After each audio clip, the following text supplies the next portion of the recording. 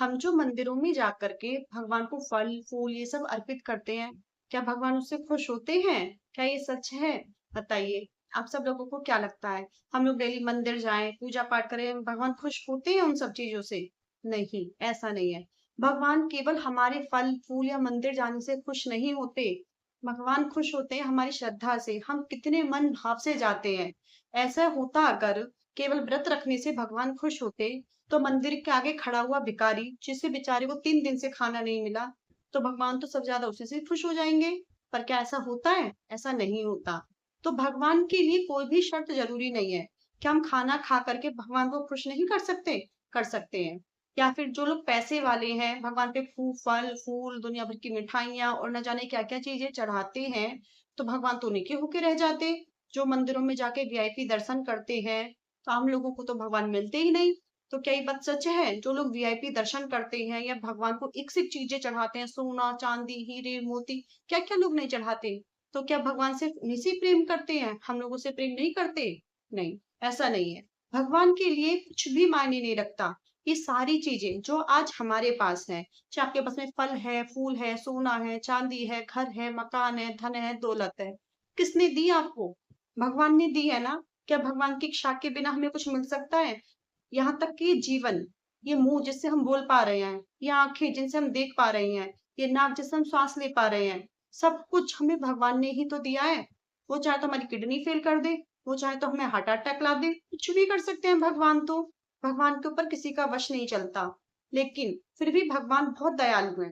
हम उनकी लाख बुराई करें, फिर भी भगवान ऐसा नहीं करते हमारे साथ में।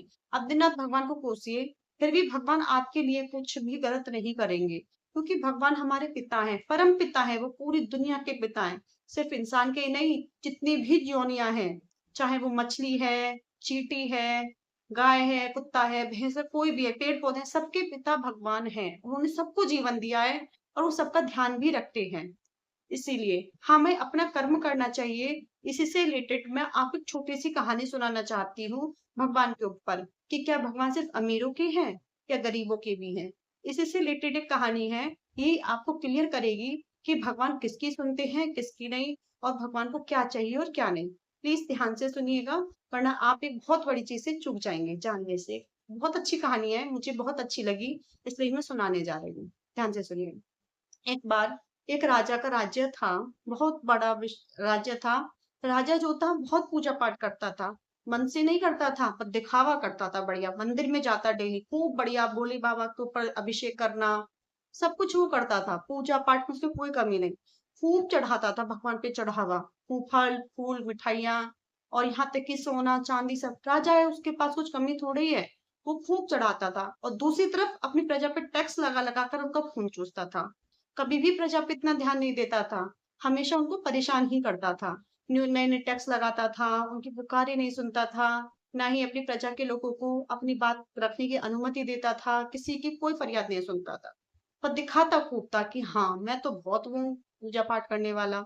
उसे घमंड था बहुत ज्यादा। जैसे रावण था ना, रावण को बहुत ज्यादा अपने ऊपर घमंड था। रावण कितनी पूजा पाठ करता था, सभी को पता नहीं बात तो।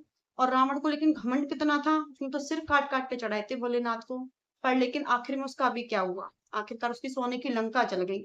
सोचिए, सोना ऐसी चीज है जो आग में डलता है तो तब के निखरता है, लेकिन रावण की लंका जल गई थी। क्यों? क्योंकि घमंड जला था, लंका नहीं जली थी, वो उसका घमंड था। इसी तरीके से जिसकी कहानी मैं आपको सुना रही हूँ, वो राजा भी बहुत ही घमंडी हो गया था। भगवान की पूजा पाठ खूब करता, लेकिन एकदम घमंड में चूर चूर हो गया कि मैं ही सर्व करने वाला हूँ। हमेशा खूब हवन यज्ञ तप सब कुछ करवाता वो, खूब उस बड़े बड़े अनुष्ठान करता था यज्ञ करने के। लेकिन अब वो ये इतना करता था तो उसके पास धन दौलत पैसे की कमी नहीं थी, उसका राज्य अच्छा फल फूल रहा था, ठीक है। पर लेकिन उसको मानसिक और एक अंदर की शांति होती है ना, दिल की खुशी, वो उसके पास नहीं थी, वो उसकी छिन चुकी थी पता नहीं कहाँ। बड़ा परेशान रहता था कि ऐसा क्यों होता है। एक बार क्या हुआ, मंदिर था, मंदिर में पुजारी जी बोले कि घंटी नहीं बज रही है। मंदिर में घंटी लगी हुई थी, घंटी नहीं बज रही है। उसी मंदिर में राजा जाता था डेली।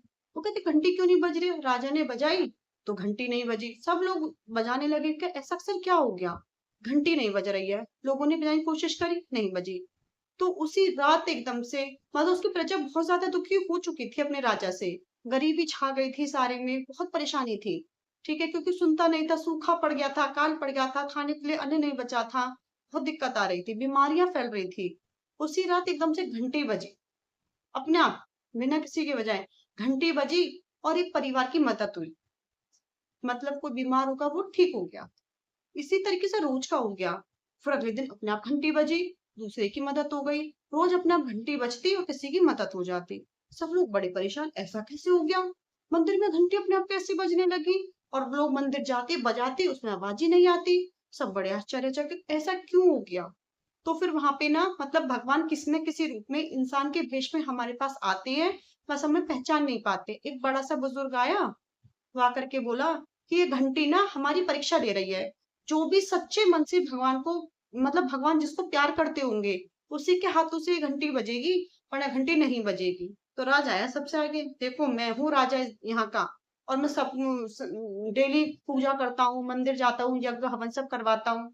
तो भगवान को तो सबसे ज्यादा मैं ही प्यारा हूँ ना, मैं बजाऊंगा घंटी। बजाया, नहीं बजी।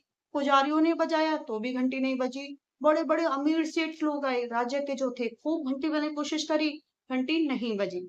इसी तरीके से लोगों ने मतलब बहुत घंटी बजाने की कोशिश करी, नहीं बजी। बड़ी से एक औरतें आई जो बहुत लेडीज ज्यादा पूजा पाठ करती हैं, व्रत रखती हैं, बहुत कठिन कठिन, जो कठिन व्रत रखने वाली लेडीज थी, सब आई, बजाई, नहीं बजी घंटी। सब बड़े परेशान, घंटी क्यों नहीं बज रही है? ऐसा क्या हो गया, घंटी नहीं बज रही है?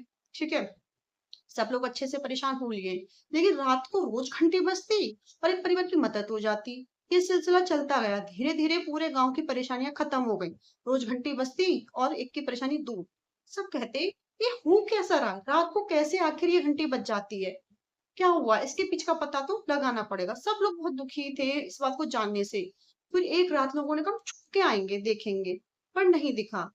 फिर रोज लोग आके ट्राई करते, घंटी बजाते, नहीं बजती। फिर एक दिन एक बुढ़िया आई, एकदम लाचार सी, गरीब सी, उसके कपड़े भी फटे हुए थे, मतलब थोड़े बहुत फटे हुए थे, एक सूती धोती पहनी हुई थी, बहुत ही गरीब सी। वो आई पूजा करने के लिए, उसने घंटी बजाई, घंटी बज गई। सब करे, हैं हम लोगों ने घंटी बजाई, घंटी नहीं बजी, पर इसके बजाने से घंटी बज गई, ऐसा कैसे हो गया? बड़े आश्चर्यचकित। फिर जब वो जो बुजुर्ग आदमी था, उसने कहा कि ये औरत बहुत गरीब है, इसके पास कुछ नहीं है, ये दूसरों के घर में इस उम्र में भी काम करती है, बर्तन मांजती है जा करके, उससे उसे जो मिलता है उस खाने को लाती है, उससे खाना लाती है, उस खाने को भी किसी और को खिला करके खाती है।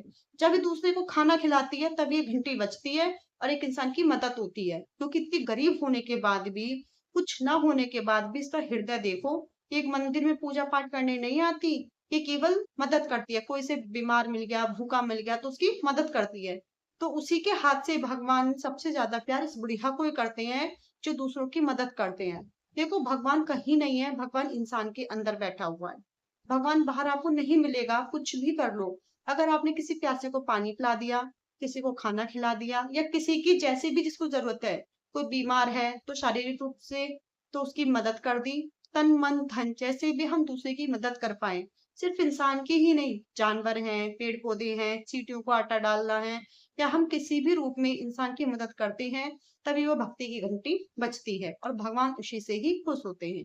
तो आप लोगों को कहानी कैसी लगी, प्लीज कमेंट करके जरूर बताना, और चैनल को सब्सक्राइब करना और वीडियो को लाइक करना मत भूलना। मिलते हैं अगली वीडियो में एक न्यू कहानी और एक नई सीख के साथ में। तब तक के लिए धन्यवाद।